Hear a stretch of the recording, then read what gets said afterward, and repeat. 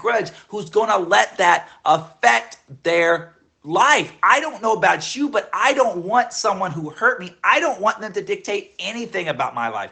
I want to chart my own course. I want to make, Marty, thank you. I want my decisions to be dictated by my own peace, not by the hurt of someone else. And whether you admit it or not, guys, that's just what happens when we hold on to unforgiveness. We think that we're protecting ourselves, right? We think that thank you so much, Marty, and thank you, Queen.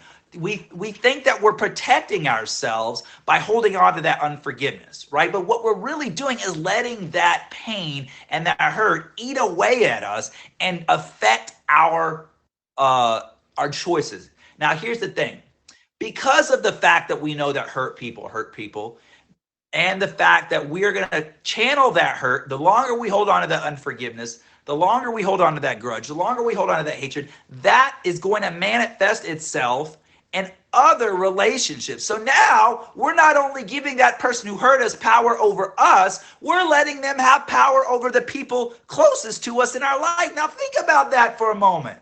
Someone came out and hurt you. Now you're giving them power over you. You're giving them power over your choices, power over your feelings, power over your mood. But now, not only that, but because you're going to channel that out onto the people that you interact with, now you're giving that person who hurt you power over the people in your life that you're closest with. Let me give you something to digest here for a minute. The best revenge you can take against someone who hurts you is to show them that what they did has no influence on you. I'm going to say that again because it bears repeating. The biggest revenge that you can take against someone is to show them that what they did to hurt you does not influence what you do and how you live. I'm not going to let my mood be affected by how you hurt me. I'm not going to let my relationships going to be affected by how you hurt me. I'm not going to let my ambition, I'm not going to let my success, I'm not going to let all the good things in my life be affected by how you hurt me. And I'm not going to have to take revenge against that person in order to find my peace. If you guys think that you have to take that revenge in order for you to find your peace, I'm here to tell you, you will never find your peace because there's always going to be someone else who hurts you. Whether it's a small thing or a big thing, you are never going to get to a point in your life where people are done hurting you. Whether it's intentional or unintentional, people are going to be hurting you for the rest of your life. And that's not trying to be like a negative thing. I'm not trying to be pessimistic here. People are going to love you for the rest of your life too. That's just one side of the coin. But my point is, once you realize that this is a part of life, people hurting you is going to happen, then you can put thank you so much, Kern. Then you can put yourself in the driver's seat and say, okay, I can't prevent people from hurting me all the time, but what I can do is control how I respond and my growth. Now that part is in my control. And once we learn from the pain, once we learn from the hurt, then we can do things and put healthy boundaries in place to make sure we don't get hurt again. Think about that. Now we can exercise healthy boundaries. Now, just because we forgive someone doesn't mean we continue giving them access to hurting us. And I just realized that I need to forgive myself because I did not send out a blast. My goodness, Matthew, what are you doing? Forgiveness culture is live now. There we go. I'm so glad that I can do this in the stream. Okay, there we go. Let's get back. Guys, if you're just joining us, this is Forgiveness Culture and I'm your host, No, I'm not your host, More Miserable. I'm your host, Matthew. I almost went by my old name. I'm sorry. More can't come to the phone right now. He's dead. Matthew is here. No, we're not bringing back More. More is gone. I'm sorry that you guys missed More, but we're not going to have him anymore. Now, let's get back and finish this definition of forgiveness. We've talked about the static definition of forgiveness, right? We've talked about that forgiveness is releasing the right to hate, releasing the right to revenge, and in so doing, releasing ourselves from the chains of victimhood. Now, that's all well and good, but it's going to look very different depending on who hurts us and what they did to hurt us, right? We're going to forgive someone very different. I like to say that forgiveness exists somewhere on a spectrum, and how we respond in forgiveness exists somewhere on a spectrum. Thank you so much, Clossie. It exists somewhere on a spectrum. On the one side of the spectrum, right, we're going to forgive somebody very differently who maybe makes a rude remark at us. We're going to forgive that person differently than someone who commits a serious assault against us, right? Those reactions and how we respond to those hurts are going to be very different. I thank you, my doodle. And I'm going to love you forever and ever.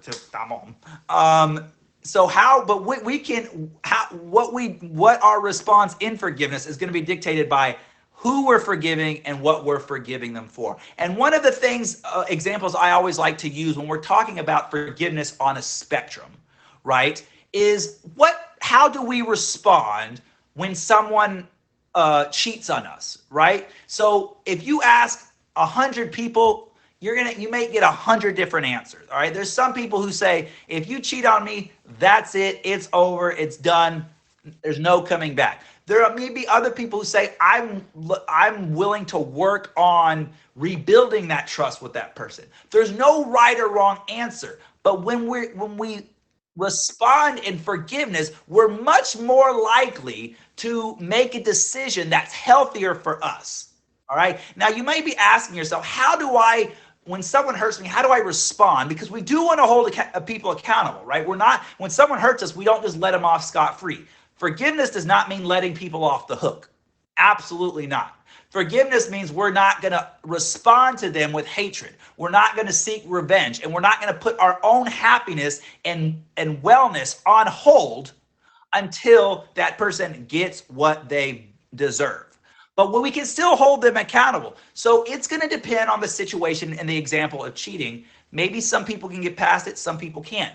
But how do I know if I'm responding, if I'm holding someone accountable? How do I know if I'm responding out of forgiveness or revenge? Ask yourself this question. When someone hurts you and you respond, are you doing what's best for you or what's worst for them?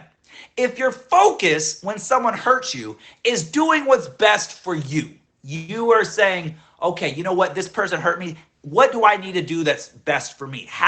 What response is best for me? Then you're more likely going to be coming at this from a point of healthy boundaries, self-love, and a path of forgiveness. But if my focus is on doing what's worst for them, if my focus is doing what's worst for them, then I'm coming at this from a position of, how can I hurt this person? How can I make sure this person feels the same pain that I do? Now, this is what we call revenge, and this is what's unhealthy, and this is what's going to add absolutely no benefit to your life. It seems that it might at the time, because it might give us that a little chemical rush when we get revenge. But I don't know about you. My peace is very important to me, and I'm not going to let anything ruin my peace. I'm not going to let you come along and hurt me and it ruin my peace. I'm going to work through that pain. I'm going to work through that hurt. But ultimately, I'm not going to let that hurt define me. Just not. I don't care who you are. I'm not going to let that hurt define me. I'm going to move on from that hurt, because I don't want my life to be dictated by that hurt, by that pain. Now, this is not something you can just snap your fingers and say, okay, I forgive you. It's work, but it starts with deciding to forgive that person. Because if you don't, like I said, everything that you do is going to be dictated through that pain. Now, I don't know about you. Sometimes people don't take revenge, but they do what I like to call waiting for karma. Have you ever done this? Maybe you know someone who's done this. You think to yourself, well, I'm not seeking revenge against this person, but I can't wait for karma to give them what they deserve. Has that ever been you? Has that ever been someone you know? I can't wait until karma gets you. I may not take revenge against you, but I cannot wait. I can't wait till someone hurts you the way you hurt me. I cannot wait for you to feel the pain that you gave to me. I can't wait for you to feel that. And it makes sense, right? Because We want them to understand our pain. But ask yourself this question: is them understanding your pain really going to make any real difference in your life? And answer that question honestly. Is them understanding your pain really going to make a difference in your life? And here's the thing: why would you want to put your peace? Why would you want to put your happiness? Why would you want to put your success on hold, waiting for karma to give them what they deserve? How long are you willing to wait? How long are you willing to put your peace and your happiness on hold? 6 months? A year? 5 years? 10 years? How long are you willing to wait for karma to give that person what they deserve so that you can be happy? I'm not willing to wait another day. I don't know about you. So guys, welcome to Forgiveness Culture. We just got done talking about the definition of forgiveness. We talked about the static definition of forgiveness and the dynamic definition of forgiveness. And now we're going to talk about this week's forgiveness challenge. How do we stay on a forgiveness path when we're in a romantic relationship? So we're going to talk about some things to keep in mind when we're talking about staying in forgiveness with someone we're in a romantic relationship with. So if we're in a romantic relationship with someone and we need to stay on a forgiveness mindset, here are 3 things to keep in mind. It's this week's forgiveness challenge. So if you want to write these things down, this week's forgiveness challenge is what are some things to keep in mind? What are some things to keep in mind when forgiving someone that we're romantically invested in? Thank you, Glossy. The first thing we need to keep in mind is that everything we experience, everything we feel in a romantic relationship is amplified, okay? The happiness is amplified, the sadness is amplified. You've got to keep that in mind. You are going to be responding to a problem in a romantic relationship on a much more magnified level than you would maybe with a coworker or even maybe one of your friends. So you have to keep that in mind. So when hurt, and even in the best relationships, when you have a conflict, you have to take time to kind of step back and not react. I always like to say you need to respond, not react. Now, this is one of those things, guys, that I am not very good at doing. All right, anybody who knows me, I will be the first one to admit it. When something goes wrong with me, whether it's in a romantic relationship, a friendship, or with my family, my first thing is I want to react to it. I don't want to take time to think about what I'm doing. I don't want to take time to think about is what I'm about to say healthy or not. I don't want to take some time to think about, is what I'm about to do the right choice. I just want to address it quickly. This is the kind of person I am. But I'm having to train myself in my personal life through therapy. I'm having to retrain myself to respond instead of react. And part of that is knowing in a romantic relationship, the feelings and our experiences are amplified. The second thing to keep in mind when we're forgiving someone romantic relationship and we're in a romantic relationship with is that we need to learn from and have good boundaries with what we experience through conflict. And what I mean by that is this conflict in a romantic relationship happened. Instead of letting this repeat the pattern, because as we all know, conflict happens for a reason, whether it be we have difference of opinions or we have different values or we see things in a different way.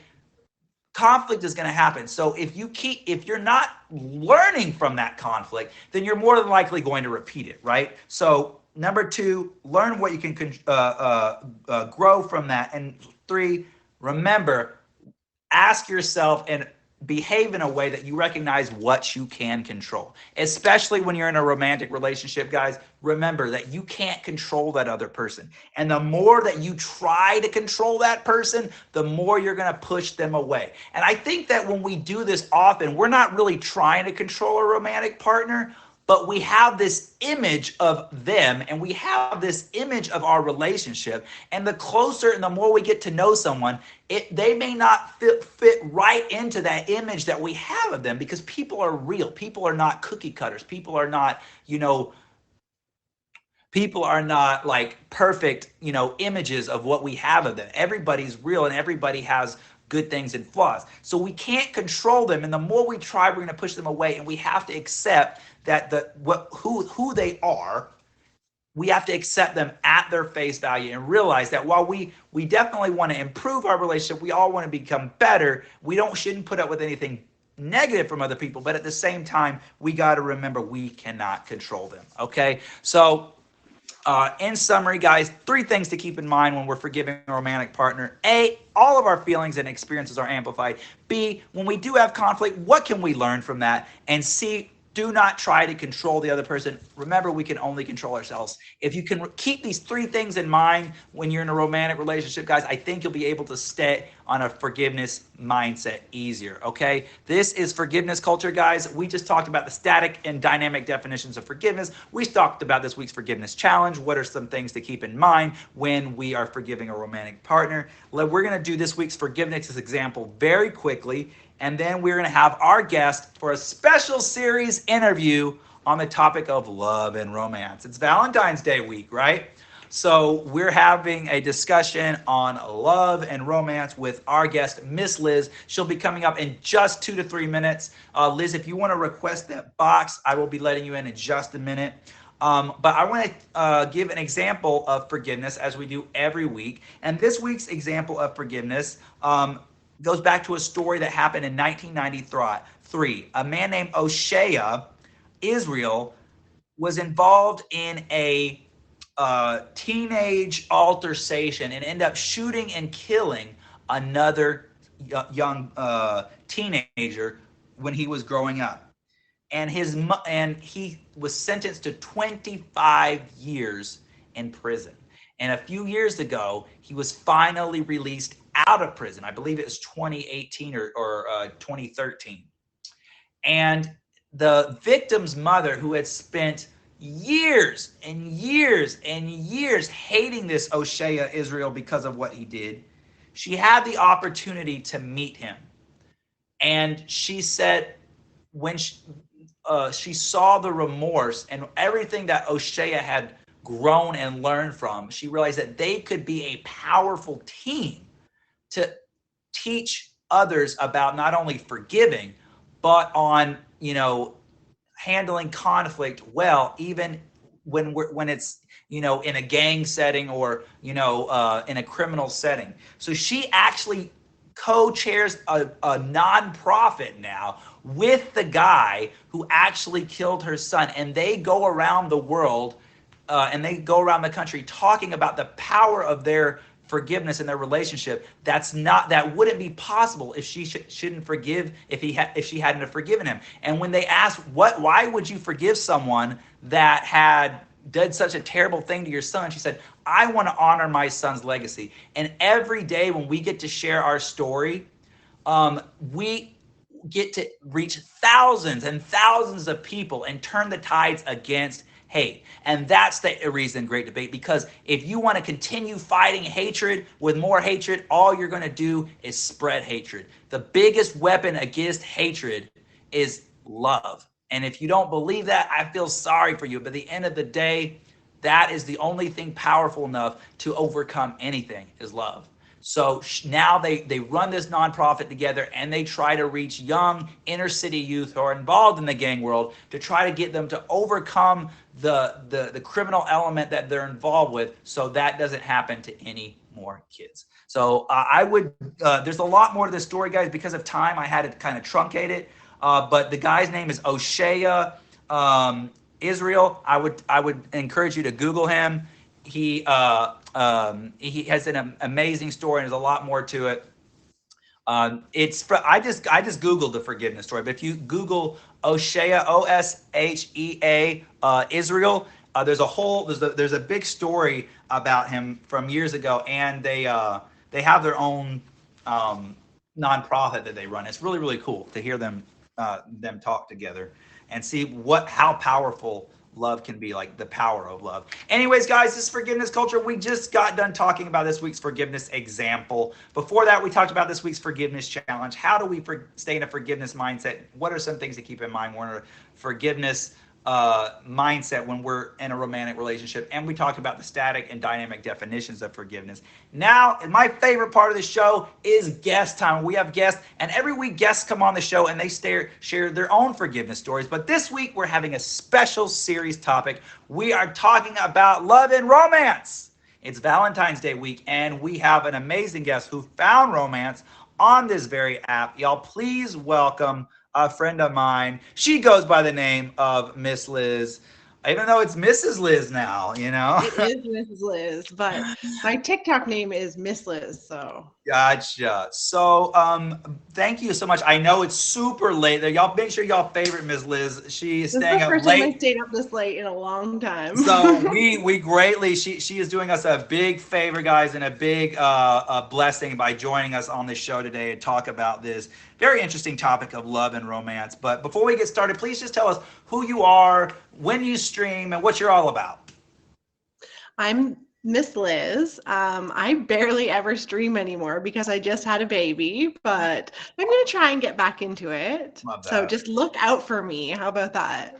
Love that. And y'all make sure y'all favor. She is one of the nicest people you'll get to meet on this app.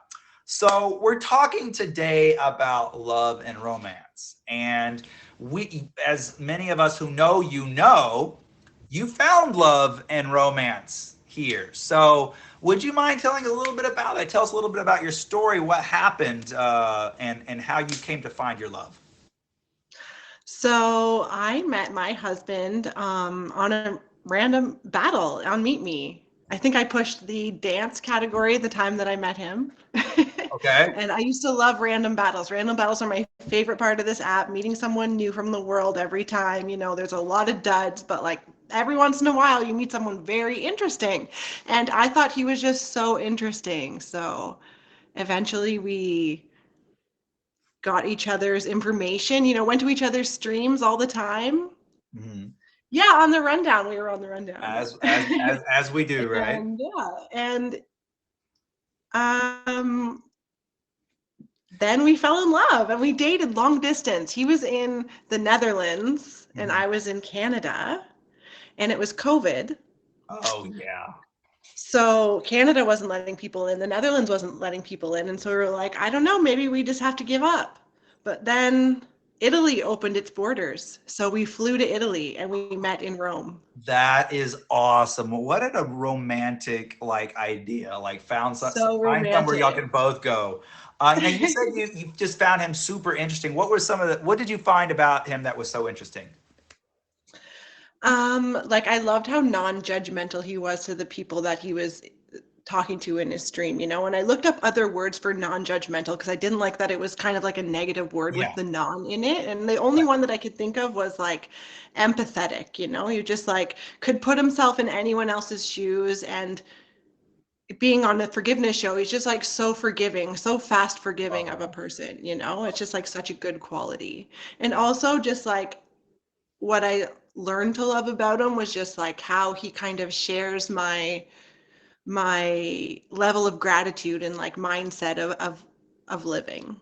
I love that. And that's something that, I'm trying to be better about is because I'm like a problem solver. So sometimes I focus a little bit more on complaining, not because I like to complain, but because I like to see what's wrong so I can make it right. But I'm definitely on a journey of 2023 to make it more like what you said and what you said about Kevster, to be more gratitude minded. That's definitely a goal of mine in 2023. So you said y'all dated long distance. How long did y'all date before you actually like met in person? 6 or 7 months. Okay, okay. I feel like that's a respectable amount of time. Yeah, we Now, definitely got to know each other. yeah. So when did you know? When in the relation did you know? Was it before you met? Was it after you met? Was it somewhere down the road? When did you like Kev? It's Kevster. It's him. For sure, not until we met in person, you know, because like it could like even though we're video chatting and everything, like it could be totally different in person. Like I knew he wasn't a catfish because Right. he's on video chat, right? But something could go wrong, you know? I didn't think it Absolutely. was going to, but and I did love him before I met him. Right. Yeah, I But can. I didn't know for sure that until we met.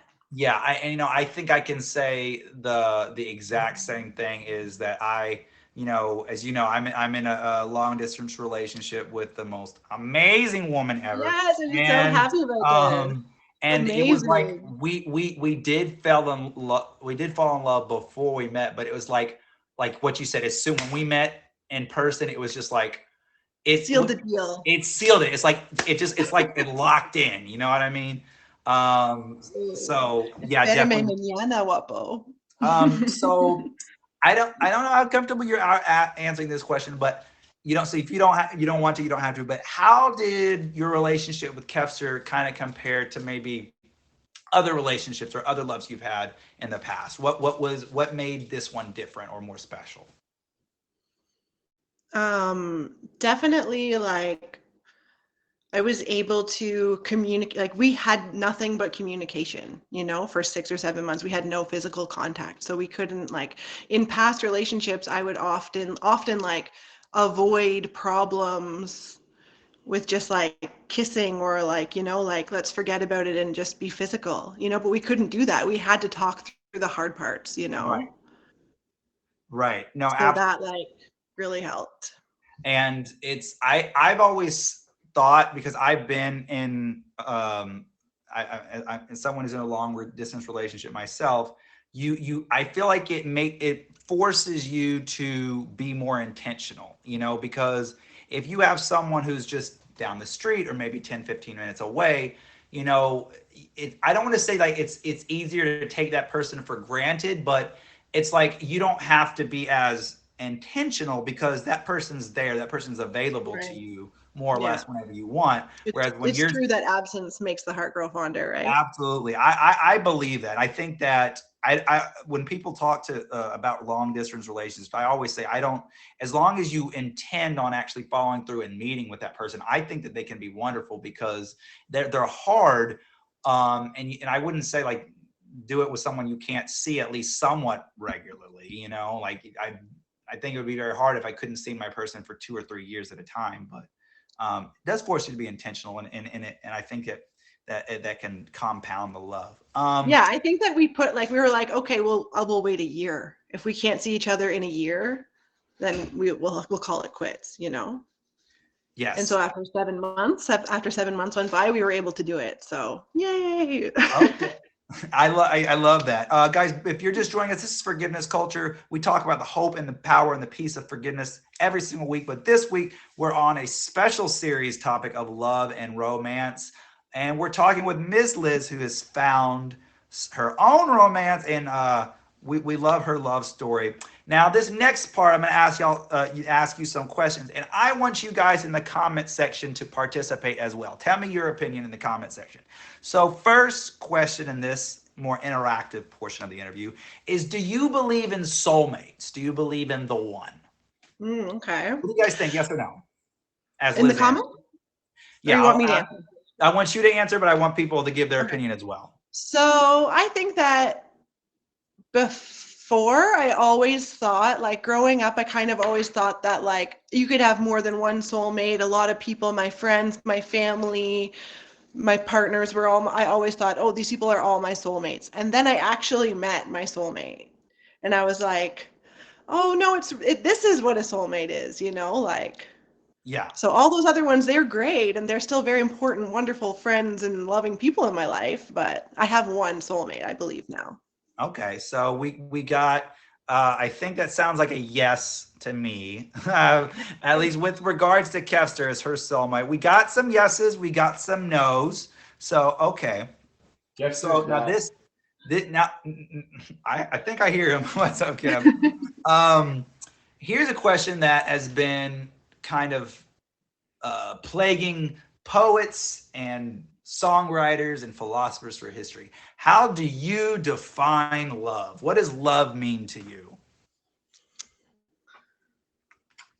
That's hard. Like after when you put it like that with all the philosophers and everything, like I'm not gonna write the true meaning of love here in this stream, but I don't know. I just think it's something very special, very honest, like something you feel deep down inside of you with, you know, your intuition tells you that it's true and it's right, you know, like I would Yeah, define it like I that. absolutely vibe with that. I think one of the things I saw in a movie once when they were trying to the person asked them to define love, and he said that people have been trying to define love forever, and he said, well, how do I know when I'm in love? And he said, when you're really in love, you don't have to ask that question.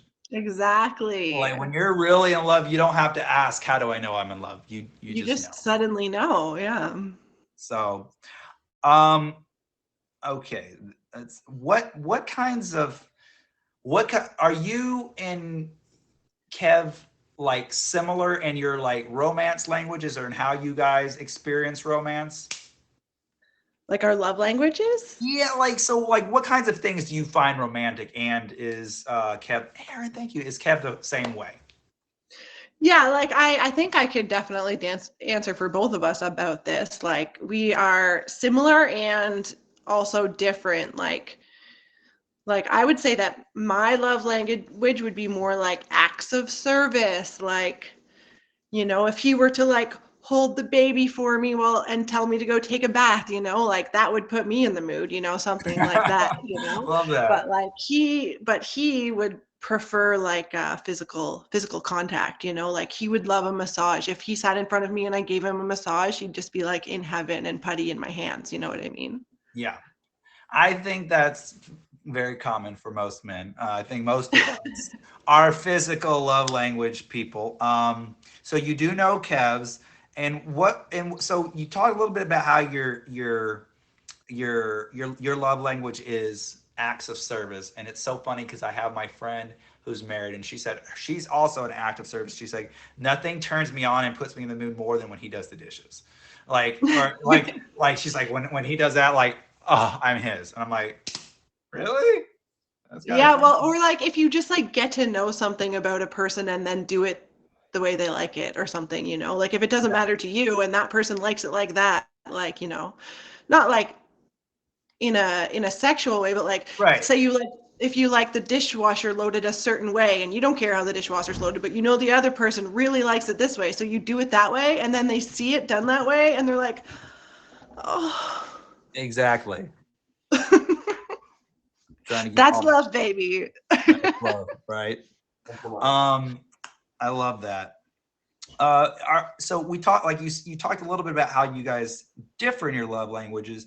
What are there any Oh, things that they've you kept it. Real Kevster? quick, Connie. Oh, this is original top badge Kevster in the house. Welcome, welcome, Kev. Um, are there some ways in where you and Kev are similar romantically? Yeah, like I think also like we also would like the opposite of that. Like those are our tops, but our second, like my second would probably be physical contact and his second would probably be, you know, acts of service. So like we are similar in the things that we like. And yeah. Just different priorities sometimes. Yeah, that makes sense. Absolutely. Um, what and oh, hold on, I got it. What kinds of things do you find attractive in a romantic partner outside of just like looks? Outside of looks, obviously, yeah. I don't know, like I quite like certain things about Kevin's voice or the way he speaks, you know, like not like that. Not like that. That wasn't a good example. No, like just like when he's speaking to me a certain way, like the way he's like putting his voice, like it sounds like he's in a very caring moment, like um yeah, and like it's the little things, you know what I mean? Like for example, like we're married now and we have a baby and like everything's so like you're not trying to impress each other at this point anymore, but it's still kind of like we're dating, you know, because he still will say, "Hey, sweetie, honey, can I take you on a date this Friday?" I'm like, "We have a baby. What are you talking about?" He's like, "Yeah, like we can cook dinner together. Like, I I want to love have a that. date with you." Like, okay, like I put on a dress or something for the first I love time. that And so much. I love that so yeah, much. I think those cute little ways where you connect with people, even if you've been together for years. I don't know if you've seen it. There was this video I saw on Instagram or TikTok of this good guy. This old man, and he had been married, I think, for 60 years, and he still asks his wife every February 14th if she'll be his Valentine every single, like Yeah, for things 60 like years. And that. it's like this old Like, man. yeah, I think about it, and I think like we can grow old together, and that's like I think a good way to define love. Like, could you grow old with this person, or are you going to be like done with them in 6 months? Exactly. I like that.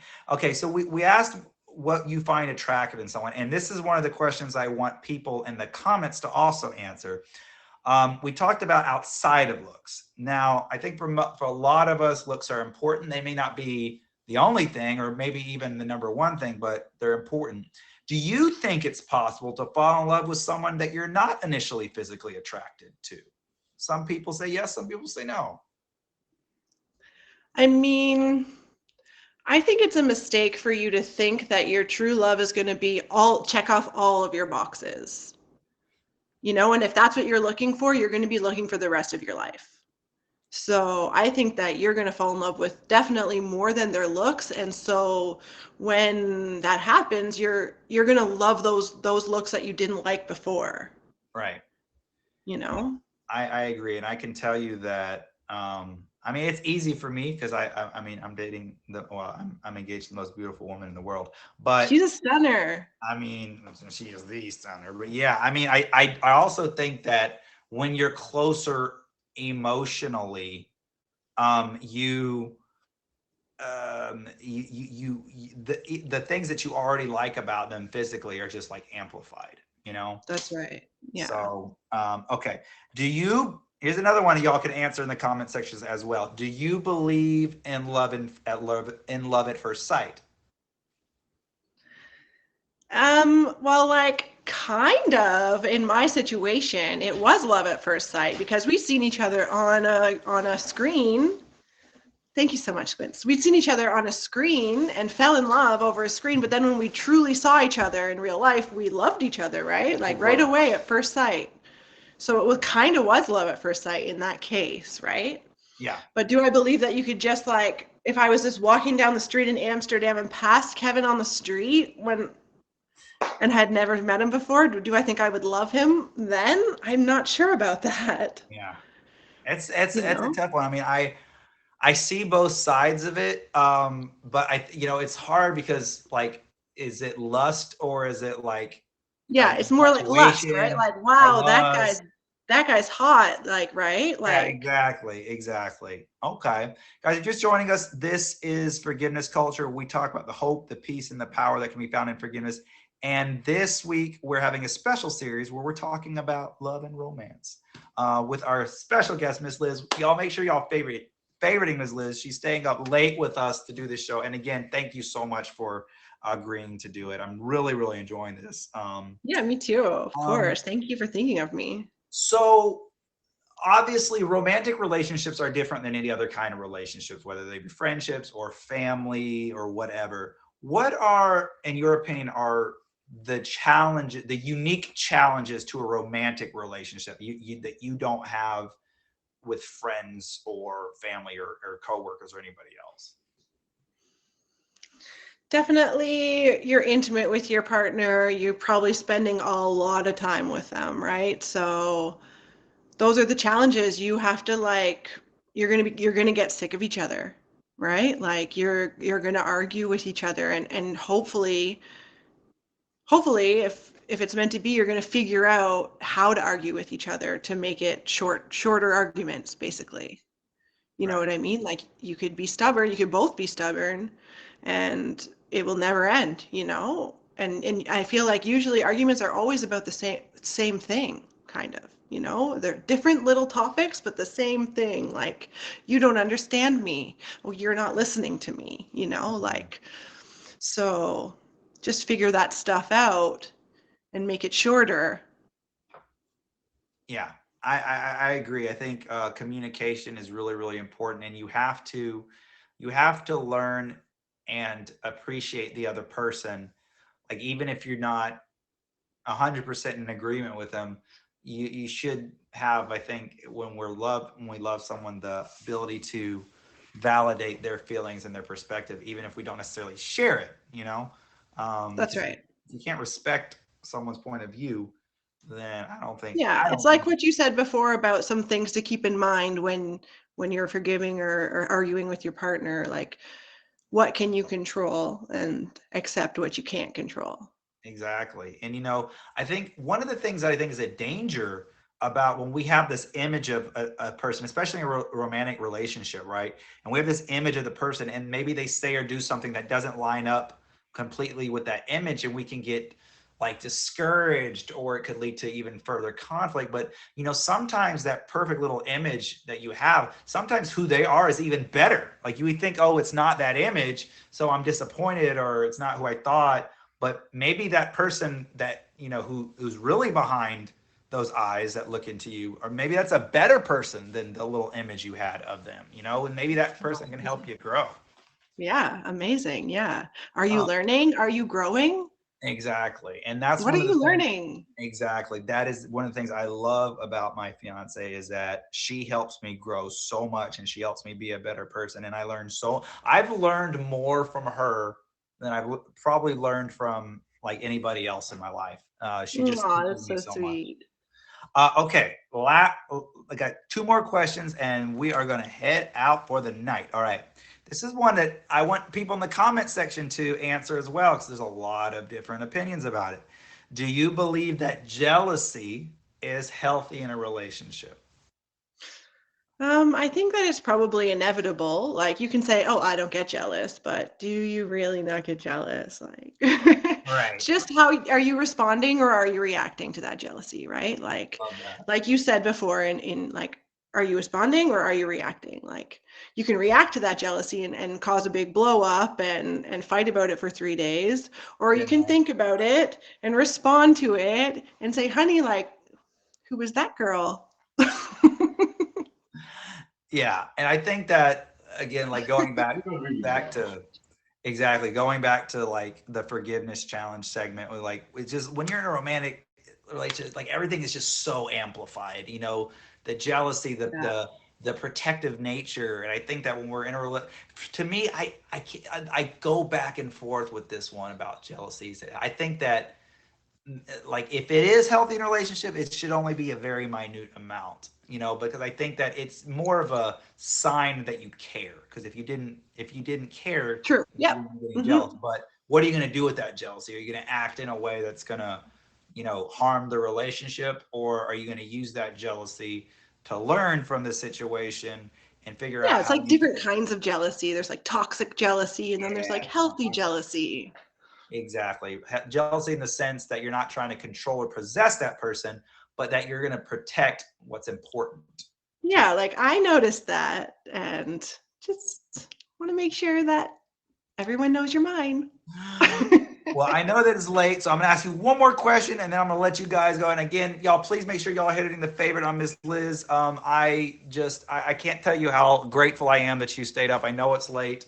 No, it was So my pleasure. Thank you for thinking of me. if what is I think most of us, whether we're single, or dating, or whatever, I think most of us probably want to find our person, or to find love. What would be your best piece of advice to give someone out there listening who maybe hasn't found their person yet, or maybe they have found that person and they want to make sure it stays healthy? What would your best love advice be? Well, first of all, it's possible to find it here on the live stream. So Awesome. just get yourself that extra bit of confidence and go on live and find yourself that partner, because it is possible. Me and Matthew are both examples of that.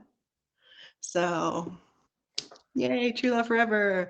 And yeah, like just don't set your expectations too high. Like don't look for all 10 boxes to be checked, but like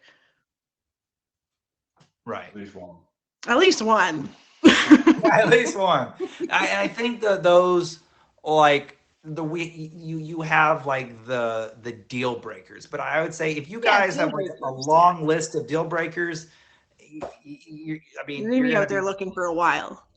and And then just make you sure can you're find ready. Make sure you're truly ready right. And the thing is, yourself. I think Miss Liz would agree. Even if you find someone, okay, they match every single one of my check marks, but then you get to meet them and there's no chemistry, there's no compatibility. You don't Exactly. enjoy being around them, even though they may be perfect for you on paper. You know, I think Yeah, you need that fire. You got to have that exactly. spark. Exactly. And I think that, it's about commitment and being your best version of yourself by experiencing that other person and helping them to foster that in you. So that's my opinion. I think that's great advice that you gave. Thank Don't you. feel like you have to have every single thing on the list. Just, have your non-negotiables and put yourself out there. Yeah. So, Happy guys, Valentine's Day. yes, happy Valentine's Day. Y'all, please make sure y'all hit the favorite of Ms. Liz. And Ms. Liz, anything else you want to tell us about your love story, about love and romance in general? No, that's it. I said it all tonight. Love that. Love that. Well, Thank before you you so go, much. please, if you would, please reintroduce yourself for those of us who may not know you when you go live and, and what you're all about. I'm Miss Liz. I found my true love on the Meet Me app in a random battle, so you can do it too. Yeah, I don't go live much anymore because we just had a baby, but maybe one day. So look out for me and my husband, Kevster. Love that. Again, thank you so much, Liz, for being on this show. And we'll let you go so you can get back to go back to sleep. Thank you so much. Bye, guys. Thank you. All right, guys, what an amazing guest. Welcome to Forgiveness Culture. Blake coming in hot. Love it. Guys, what an amazing show. Happy Valentine's Day week to you guys. I think that she has an amazing story. What's up, Groovies? And to me, like, it's an inspiration, and there's hope out there, man, guys. That's Kenny. Oh, hey, Kenny B. What's up, Kenny? Guys, you just got to put yourself out there. The thing is that I'll give you guys, I think Liz is an amazing guest. I think her story is proof that it's possible to do it. I'm going to be honest with you guys and tell you kind of my side of it is like, I think, look, we got 3 of those love boats yesterday. We love, a little bonus. We love all bonuses matter, the thing about, love, I'm one of those people, guys, that may answer, I don't necessarily believe that there's necessarily predestination and that there's one person and that person is destined for you. I think that there are people that we are meant to end up with, but that doesn't mean you can just sit back and let it happen. I think you have relationships or work. Relationships are about commitment, and relationships are about, being the very best versions of ourselves and sharing, life with someone else. And look at those love boats just coming out. And I mean, loving someone and committing ourselves to another person is the most ultimate expression of our humanity. So that's my opinion. If that's easy for me to say, because I have the most amazing person in the world by my side, so it's very easy for me to say that. But I do believe it's true. And if one of the doors that has closed in your life, I just believe that another one can be opened up for you. So don't ever give up on love. Please don't ever give up on love. I think that love is the most important thing in this world. And when you really find it, and for real that this is the real deal, there's nothing greater in this world. There's nothing greater in this world than to experience true love with another person. So yeah, guys, this is Forgiveness Culture. We are not going to be here next week, guys. We are taking next week off. So we will be back in 2 weeks with Matthew. And let's look at this. This is Matthew's first stream, guys. This is technically Matthew's first stream. So if you want to go tell everybody on the app, Matthew still has not gotten his first jet. Matthew has not gotten his first dragon. Matthew has not gotten his first carpet. Matthew got his first castle today, thanks to Miss Tawny. Thanks, Miss Tawny, for being my first my first castle. So yeah, if y'all want to be my first dragon, my first carpet, my first jet, it's all available. How can you say I was Top Badge Matthews' first jet? Imagine that. You know, that love tester game always makes me feel like I'm about to hit that castle, and then at the very end, no. The very end, it just ends up giving me the card. And can we stop for a minute? Matt's are taking. I love that, but I'm not Matt. But one of the things I want to make perfectly clear with my new name, everyone, I do not go by Matt. Please don't call me Matt. I hate Matt. If you go by Matt, nothing but love for you. I do not like the name Matt. So don't call me Matt. It's going to make me mad. All right? Matt is not my name. People are like, Matthew, why don't you like the name Matt? And I'm like, oh, you know what? Glad you asked me that question. Let me tell you. The first reason I don't like to be called Matt is because that's not my name. My name is Matthew, not Matt. Second thing is, you're saving yourself one syllable. All right? You're saving yourself. It's not like my name is Bartholomew and you're calling me Bart. Okay? You're literally saving yourself a nanosecond. Say my full name. You ain't saving no time by truncating that Matt. All right? Stop being so lazy. And the third reason I don't like being called Matt is because Matt is something you step on. Ain't nobody gonna step on me. So I'm not a Matt, and you ain't. Yes, people step on mats. I'm not a carpet. I may want a carpet, but I am not a carpet. I'm not a Matt. So don't step on me. My name is not Matt. Anyways, guys, great first stream as Top Badge Matthew. Let's talk about who our guest is going to be in 2 weeks. Let me get out my handy dandy notepad here. And next week, of course, we're off. But in 2 weeks, which will be March 1st,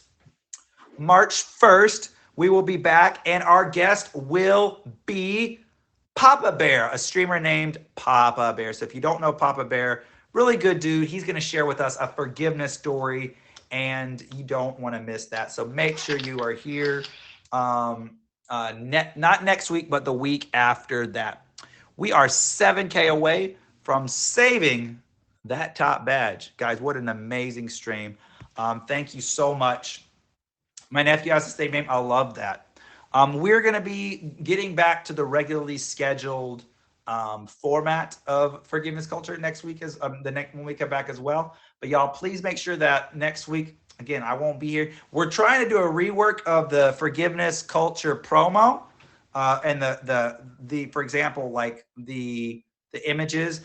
Y'all see where it says Forgiveness Culture with Matthew? See, I did that. You see where it says Matthew right there? I did that. You see where it says Matthew instead of More Miserable, right? I did that. So, but we're gonna get an official one because look up here, it still says More Miserable. We need it to say Matthew because I don't go by More Miserable anymore. More is dead. You can't. If you're not live next week, how are you gonna get the dragon wheel? Well, someone could spin the dragon wheel right now, or they could just. Let's see. We're 7K away. That's 7 of the love crap. The love wheel, PewDiePie. That's my cousin, 7. That's my cousin. If you want his cell phone number, you got to send a dragon. They will just have to wait until you're.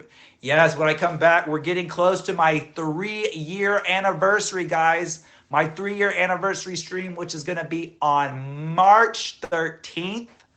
Well, 2 years as a top badge, 3 years as a streamer. I cannot believe it has been that long, guys. It seems like just yesterday I hit the live button for the first time.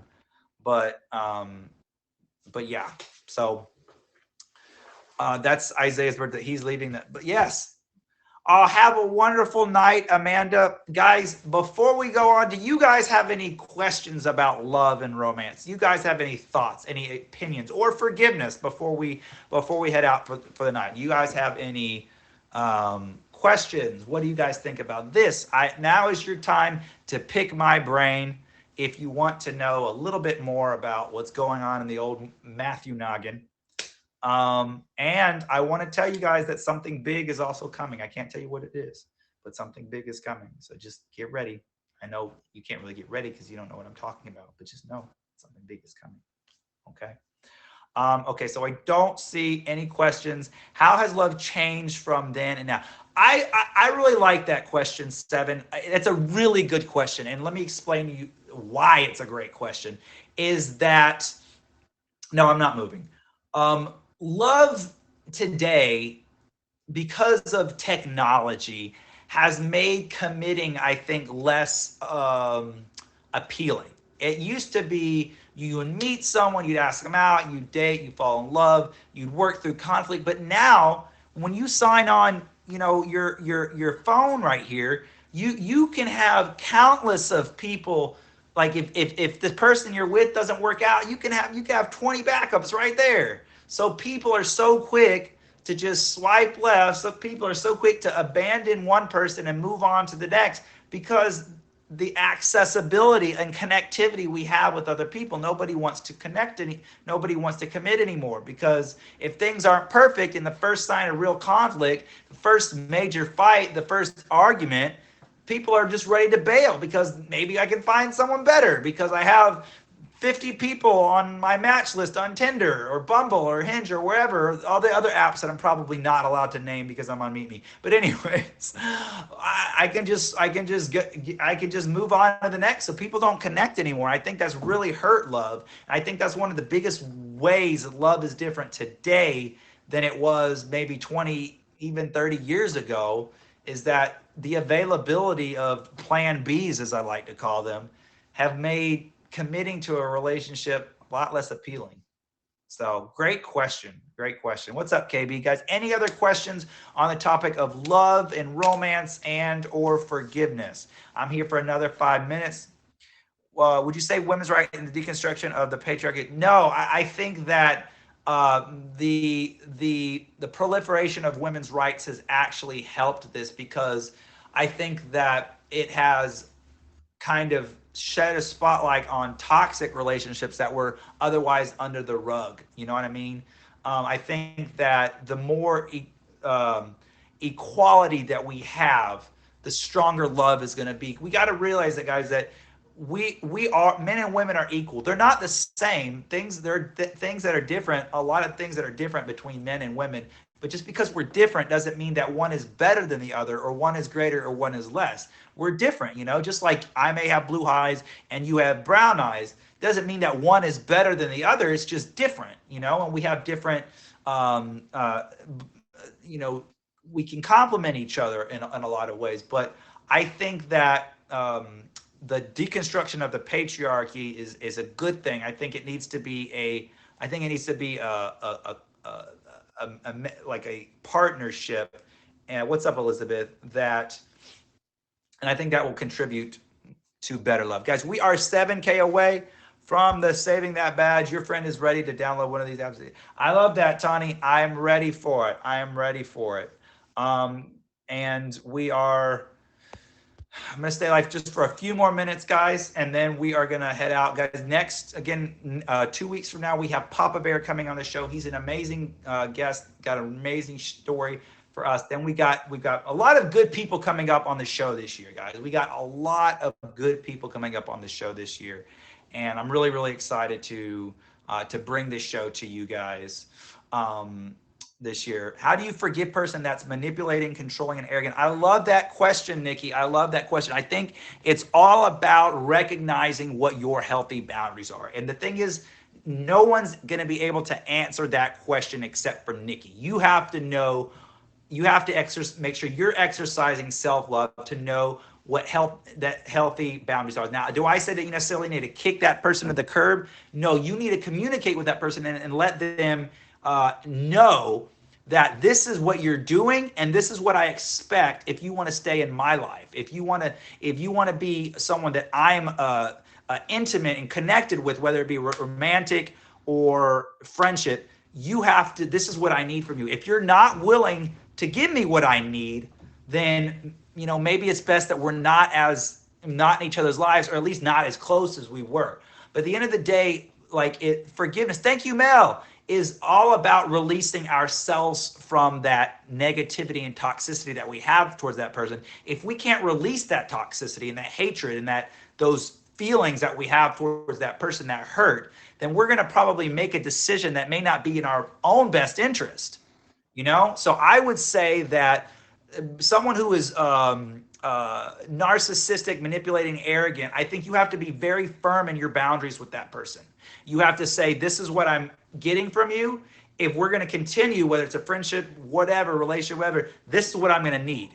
And if you're not willing to give me that, then we're going to need to reevaluate how we relate to one another, or if we're going to be in each other's lives in the same capacity. Because at the end of the day, you cannot, just because you're forgiving someone does not mean you're going to continue giving them access to hurting you. And I think that's one of the most important things about forgiveness that we have to keep in mind. Just because we're forgiving them and we're releasing that hatred and that hurt doesn't mean I'm going to continue giving you access to hurt me again. How do you overcome issues if you are both stubborn? That's a great question. I think that you need, when you're stubborn and you're in a relationship with someone who's stubborn, I think you have to first of all recognize that. You have to be willing to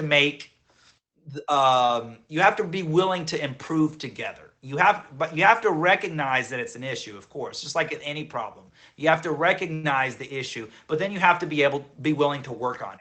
And it's not going to work as well if only one person is willing to work on it. If you're stubborn and your partner is stubborn, if only they're working on it, or if only you're working on it, you can only do so much. You may make the relationship better, but it's never going to be perfect. It's never going to reach its full potential if you're not both working on it. So it really depends on the degree of stubbornness. If you're with someone who never listens to you, never considers your point of view, never willing to say they're sorry, you're always wrong and they're always right, that's a very difficult person to be close with. Thank you guys for the favorites. That's a very, very difficult person to be close with.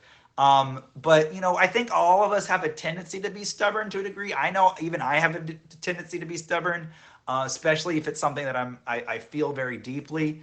But it's, at the end of the day, does that person ever, even if they don't agree with you, are they willing to at least appreciate your perspective? Guys, I can tell you countless things, even in my relationships and in my friendships, where the person in question didn't see things from my point of view, and I didn't see things from their side of view, but we had enough respect for each other to appreciate where the other person was coming from. And I didn't think that what they were doing was bad or to hurt me, or they didn't think what I was doing or bad to try to hurt them. But we just realized that how we receive things is often different than how it's communicated. I may do something, and to me, it's not a big deal. To me, it's nothing bad. To me, it's nothing painful. But to you, it may be offensive. It may hurt. And so, we have to, even if we don't agree on everything, we have to at least appreciate each other's perspective and respect each other's perspective. Again, doesn't mean you have to go along with it. Doesn't mean you have to bend over and give in, but you have to be willing to respect the other person's, where they're coming from. If you can't respect where they're coming from, I just don't know how you're going to make it in the long term, because you have to have respect, because you're never going to see eye to eye in everything. We also have to be grounded given the situation. Also allow the person space to, not personalize everything. Yeah, absolutely. And again, a lot of things, guys, remember, we need, and this is something I struggle with. I'm in therapy for this. Respond, not react. Respond, not react. Because when we react, bad situation. We're really rolling the dice on that. We're really rolling the dice when we react and not respond. Let me change my profile picture really quick because the show is over. But yeah, so I'm going to try to stay live to get as close to that 80K goal as I can, guys. I'm going to try to stay live for a few more minutes and see if we can make any progress towards that. Otherwise, I will be off next week, but I think, guys, when summer starts coming and school is over, you guys are going to be seeing a lot more of me, And I think I'm really excited about, whoa, Marty, thank you. Wow, was that a bonus? Was that a bonus? Wow. Yeah. Wow. Thank you, Marty. Thank you so much. Yeah, that was so cool. I think we had a bonus too. Thank you, Marty. That's awesome. I appreciate it. And I've literally been in grad school now for going on 3 years. So it's going to be like an adjustment. Like it's like during the winter break, like sometimes I don't know what to do with my days because I'm just like, okay, I'm not in school, so what am I supposed to do with my time? I used to do so much. I used to play ultimate frisbee. I used to volunteer a lot in my community. I was traveling all the time. Are you changing jobs when you're done? I don't think so, Tony. Hopefully I'll be getting a promotion here pretty soon. So I think that that is what's in my future. We are literally 1,900 diamonds away. Who is going to steal it? I'm going to put 2K left on the description. I think that will entice somebody. Big thank you to Marty, Tawny, Blake. Whoa, can I get a screenshot here, please? Can I get a screenshot here? Tawny, I know you helped me out and you got that screenshot. Yes. Thank you. Marty saved the badge. Thank you, Marty. You're the best. God, I love that guy. Met him in real life. I can say with certainty, really awesome dude. Really enjoyed meeting Marty in Disney World. I'm hoping I can make it back to Playlist this year. It really just depends on what's in the cards, and let's hope that I hit that Lotto Texas tonight. Yeah. Oh, but yeah, it was a great time, Marty. Really, that was one of my favorite days, back of last year was Playlist and meeting all you guys and going to Disney with Holly and you and DX and yeah, just Blake. That was so much fun. And some people say I'm a boy, but I'm not a boy at all.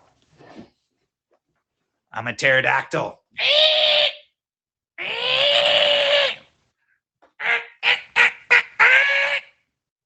I don't know why my pterodactyl sounds like a diseased chicken, but we're going with it. All right. We're going with that. I know, Amy, don't act like you haven't seen the pterodactyl thing before. Okay. Every time someone sends me a pterodactyl, I've been doing that. I stole that from Holly back in 2020. You know what, Vic? Chato, forgiveness culture is over, Vic, so I can say that you are Chato. They don't keep the wheel when he's back, send a dragon. They better have the dragon wheel when I come back. You know what, Vic? These nuts are Chato, so what do you think? How are you going to say that about my Annie? How dare you? Vic picks on everybody. That's why his name is Vic, because he likes to pick. And all right, guys, I love you guys. I might actually stream if I get to the airport on time on Friday. I might stream a little bit from the airport. Who knows?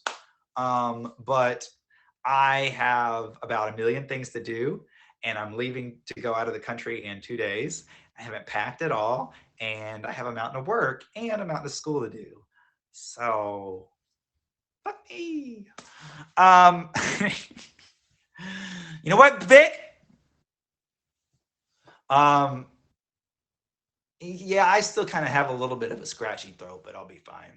You can do it. All right, guys. Remember, it costs nothing to be nice, and it's free to be kind. So treat other people with love and make the world a better place. And if you can't make the world a better place, at least don't make it worse. Y'all make sure to favorite Poppy Stark, Blake Vermeer, Marty, Forgiveness, Culture Bouncer, Miss Tawny, Kern, Aaron, and best friend. Don't favorite Vic. We love you. Bye. Thank you for the love, Bear 2023.